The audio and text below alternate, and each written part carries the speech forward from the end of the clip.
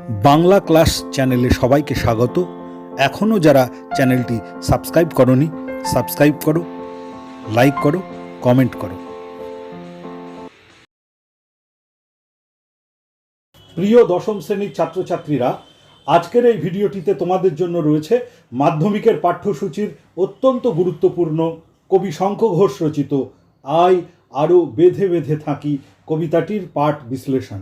কবিতার উৎস, প্রেক্ষাপট এবং কবিতার প্রত্যেকটি লাইন ধরে ধরে আলোচনা, বিশ্লেষণ, শব্দার্থ ইত্যাদি সব কিছু বিস্তারিতভাবে আমি এখানে বলার চেষ্টা করব। তার আগে একটা গুরুত্বপূর্ণ কথা বলে নিই।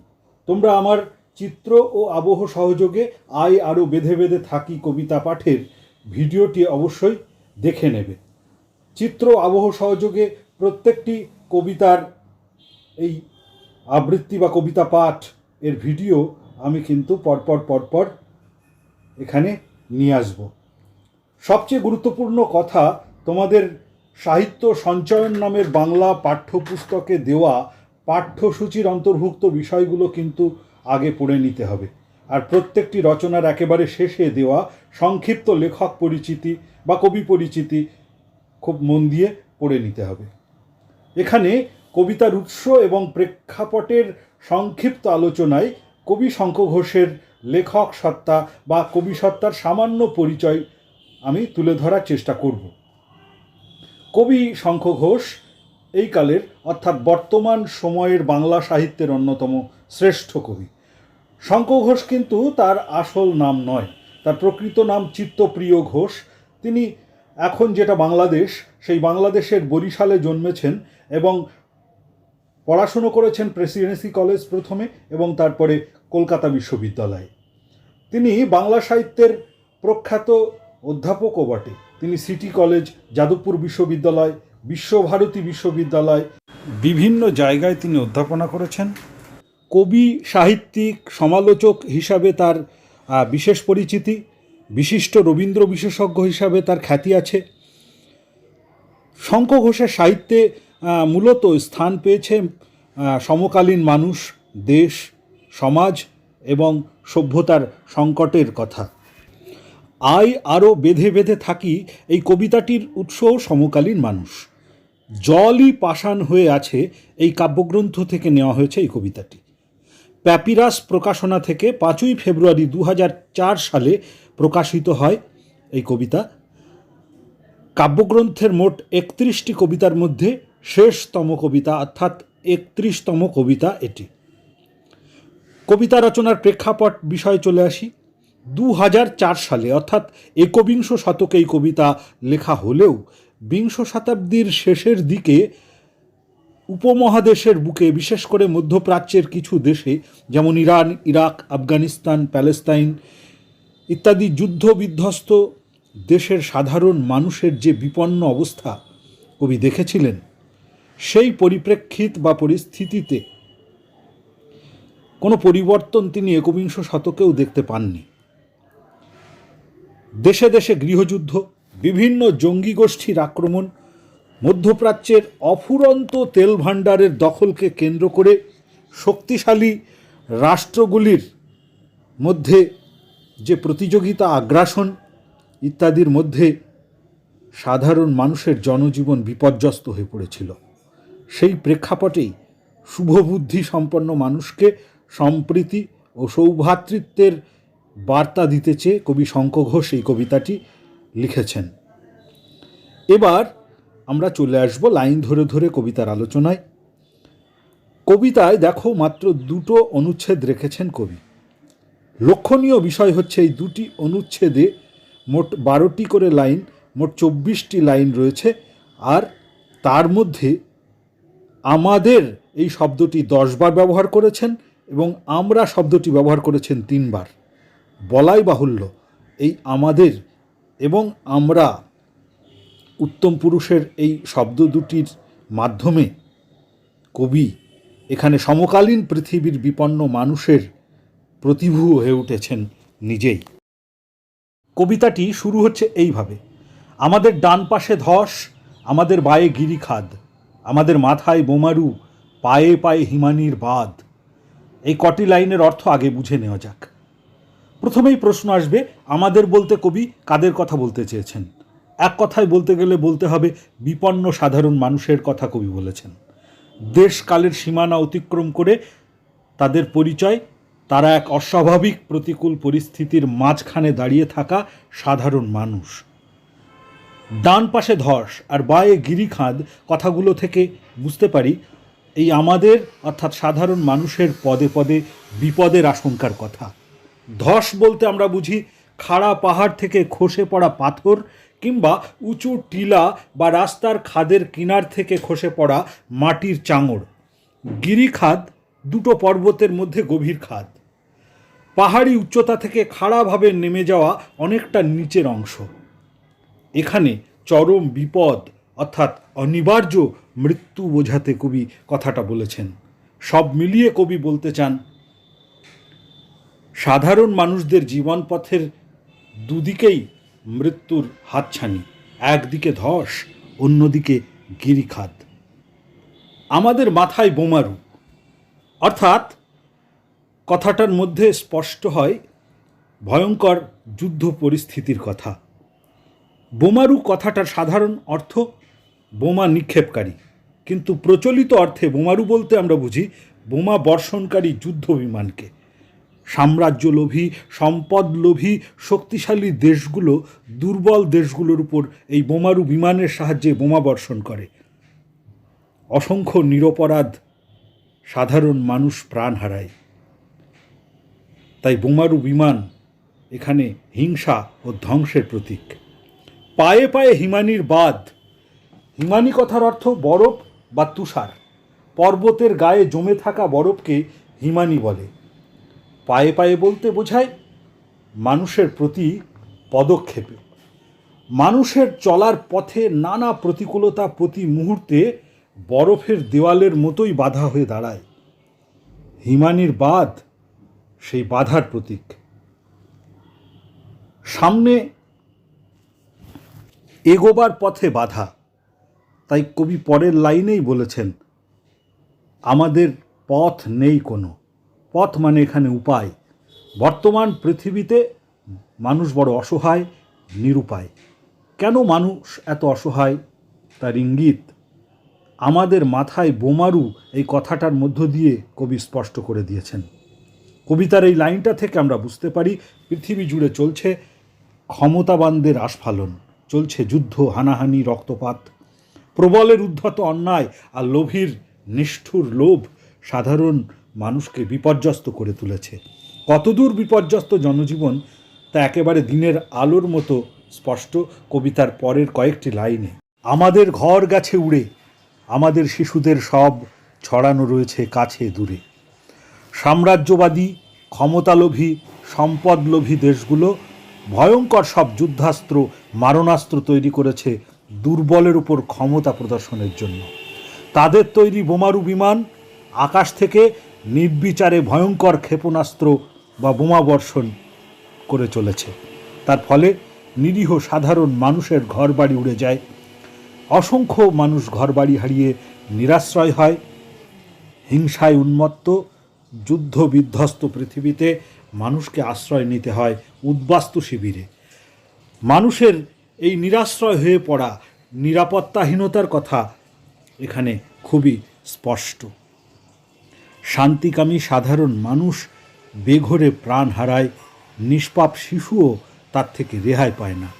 কবি বলেছেন কাছে দূরে ছড়িয়ে থাকে শিশুদের সব।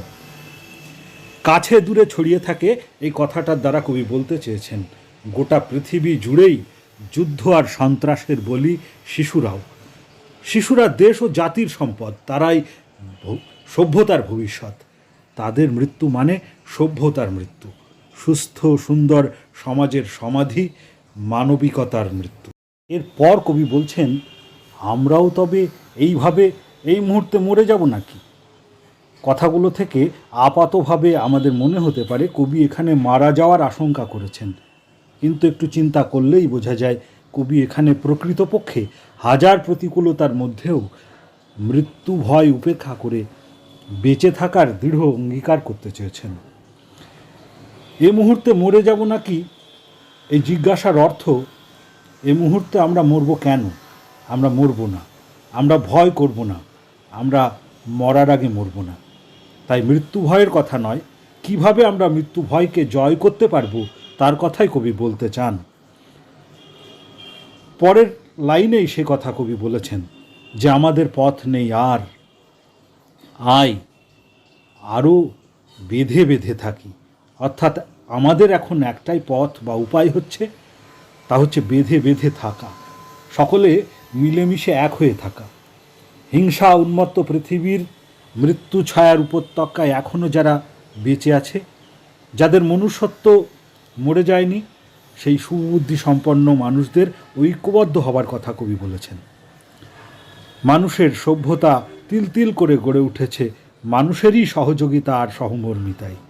সেই সভ্যতার চরম সংকটের সময়ে আরও বেশি বেশি করে মানুষকে তার সহ মানুষের হাত ধরতে হবে, শক্ত করে ধরতে হবে। কেন? এই কেনর উত্তর কবি দিয়েছেন পরের লাইনেই। আমাদের ইতিহাস নেই, অথবা এমনই ইতিহাস আমাদের চোখ মুখ ঢাকা, আমরা ভিখারি 12 মাস। আমাদের ইতিহাস নেই। কেন নেই? কারণ ইতিহাস ক্ষমতাবানদের কথাই শুধু বলে। মানুষের সভ্যতার ইতিহাসে সাধারণ মানুষই থাকে উপেক্ষিত, এমনটাই আমাদের ইতিহাস। এমনকি এই 21 শতক বা একবিংশ শতকে যখন আমরা জ্ঞান বিজ্ঞান প্রযুক্তির চরম শিখরে পৌঁছে গিয়েছি, তখনও সভ্যতাগর্বী একদল মানুষ চরম আক্রমণ অত্যাচার চালিয়ে যাচ্ছে দুর্বল মানুষের উপরে। এই সময়কালেই কবি দেখেছেন মধ্যপ্রাচ্যের দেশগুলোতে হিংসা ও অশান্তির বাতাবরণ, সেখানকার সাধারণ মানুষের বিপর্যস্ত জনজীবন। অর্থাৎ সাধারণ মানুষের করুণ ইতিহাস, শোষণ অত্যাচার অবহেলা বঞ্চনার যে ধারাবাহিক ইতিহাস, আজও তাতে কোনো ছেদ পড়েনি। আমাদের চোখ মুখ ঢাকা, এই কথাগুলোর মধ্য দিয়ে বলতে চেয়েছেন চোখহীন মুখহীন কিছু মানুষ যেন এই পৃথিবীতে তাদের কোনো অস্তিত্বই নেই। পরিচয়হীন এই মানুষগুলোর ভিখারির মতো দৈন্য দশা 12 মাস। যুদ্ধ হানাহানি তারা চায় না, তাদের চাহিদা খুব সামান্য। অন্ন বস্ত্র বাসস্থানের মৌলিক চাহিদাটুকু মিটলেই তারা সন্তুষ্ট। তারা শান্তিতে বেঁচে থাকতে চায়, কিন্তু ক্ষমতাবান মানুষের দল, রাজনীতির বাদশারা তাদের শান্তিতে বাঁচতে দেয় না। ভোগ সুখ সম্পদ প্রাচুর্যের লোভে তারা নানা অছিলায় যুদ্ধ বাধায়, ধর্মীয় হিংসা ছড়ায়, মানুষে মানুষে বিভেদ তৈরি করে তারা পৃথিবী জুড়ে মানুষকে বিপর্যস্ত করে, তাদের জীবন জীবিকা আশ্রয় কেড়ে নিয়ে সর্বশান্ত করে দেয়। এরপর কবি বলছেন পৃথিবী হয়তো বেঁচে আছে, পৃথিবী হয়তো গেছে মরে, আমাদের কথা কে বা জানে, আমরা ফিরেছি দৌড়ে দৌড়ে। অর্থাৎ কবির মনে একটা সংশয় দেখা দিয়েছে, এই পৃথিবীটা সত্যিই এখনো বেঁচে আছে না মরে গেছে। গত শতাব্দীর কবি জীবনানন্দ দাশও বলেছিলেন পৃথিবীর গভীরতর অসুখ এখন। বর্তমানের কবি শঙ্খ ঘোষও দেখলেন পৃথিবীর সেই গভীরতর অসুখ এখনো সারেনি। হিংসা যুদ্ধ রক্তক্ষয় বিভেদ ও বিচ্ছিন্নতার আঘাতে মানুষ এখনও ক্ষতবিক্ষত হচ্ছে। তার চলার পথে ডাইনে বায়ে উপরে কিংবা নিচে সর্বত্রই প্রতিকূলতা। লক্ষ লক্ষ মানুষ আজও ক্ষুধার রাজ্যে বাস করে, লক্ষ লক্ষ মানুষ গৃহহারা হয়, নিরাশ্রয় হয়, পদে পদে তাদের মৃত্যু ভয়। এই হলো আমাদের অর্থাৎ সাধারণ মানুষের অবস্থা। এই দৈন্য দশা আজও কাটেনি বলেই কবি এই পৃথিবীতে তাদের অস্তিত্ব আদৌ কেউ গ্রাহ্য করে কি না তা নিয়ে সংশয় প্রকাশ করেছেন। কবি বলেছেন আমাদের কথা কে বা জানে। অর্থাৎ সাধারণ মানুষের কথা কেউ ভাবে না। যখন তাদের বাঁচা মরা নিয়ে কেউ ভাবিত নয়, তখন এই পৃথিবীটারই অস্তিত্ব থাকা না থাকায় তাদের কিছু যায় আসে না। আমরা ফিরেছি দৌড়ে দৌড়ে। এই পৃথিবীর প্রতিটি মানুষ চরম প্রতিকূল অবস্থার মধ্যেও বেঁচে থাকতে চায়।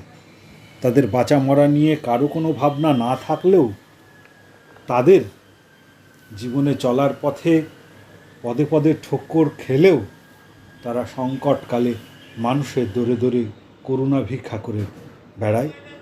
ভিখিরি হয়ে বেঁচে থাকাটাই যেন তাদের নিয়তি। সব দিক থেকে বিপন্ন মানুষের, একেবারে কোণঠাসা হয়ে যাওয়া মানুষের এছাড়া আর কী বা করার থাকে, কী বা উপায় তাদের জানা আছে? এমতো অবস্থায় একটাই উপায়ের কথা কবি বলেছেন তার কবিতায়, কিছুই কোথাও যদি নেই তবু তো কজন আছি বাকি, আয় আরও হাতে হাত রেখে, আয় আরও বেঁধে বেঁধে থাকি। অর্থাৎ কিছু নেই, কিচ্ছুই নেই, কোথাও কিচ্ছু নেই, কেউ নেই, এমন হতাশা থেকে বেরিয়ে আসতে বলেছেন কবি।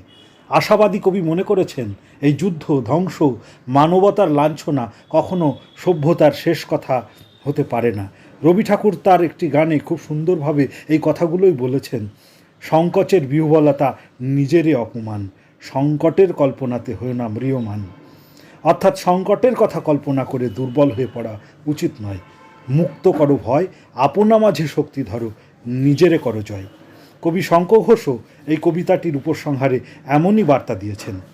তবু তো কজন আছি বাকি, অর্থাৎ পৃথিবীতে আপন স্বার্থে চালিত আত্মকেন্দ্রিক মানুষের সংখ্যা বেড়ে চলেছে। সেখানে শুভবুদ্ধি সম্পন্ন মানুষের সংখ্যা খুবই অল্প। এই অল্প কিছু সংখ্যক মানুষের শুভ চেতনায় চারপাশের অন্ধকারের মধ্যে আশার আলো। তাই কেউ কোথাও নেই যখন, মাত্র কজনের উপরেই কবি ভরসা রেখে আহ্বান করেছেন, আয় আরও হাতে হাত রেখে, আয় আরও বেঁধে বেঁধে থাকি। যুদ্ধ, হিংসা আর হানাহানি থেকে রক্ষা পাওয়ার জন্য মানুষকে হতাশায় নিমজ্জিত হয়ে পড়লে চলবে না, প্রতিরোধে সামিল হতে হবে। আর সেই প্রতিরোধের উপায় হলো মানুষের ঐক্য গড়ে তোলা। কারণ একতাই বল। মানুষ ঐক্যবদ্ধ থাকলে বা সঙ্গবদ্ধ থাকলে তারা তাদের উপরে নেমে আসা সমস্ত আক্রমণকে প্রতিহত করতে পারবে নিজেরাই। হাতে হাত রাখা বলতে কবি এখানে মানুষে মানুষে সহাবস্থান, সহমর্মিতা, সঙ্গবদ্ধতাকে বুঝিয়েছেন। মানুষ যদি একে অপরের হাতে হাত রেখে, অর্থাৎ সহমর্মিতা রেখে ভ্রাতৃত্বের বন্ধন গড়ে তুলতে পারে, অর্থাৎ কবির ভাষায় বেঁধে বেঁধে থাকতে পারে, তবেই পৃথিবীতে শান্তি, সুস্থিতি ফিরে আসবে।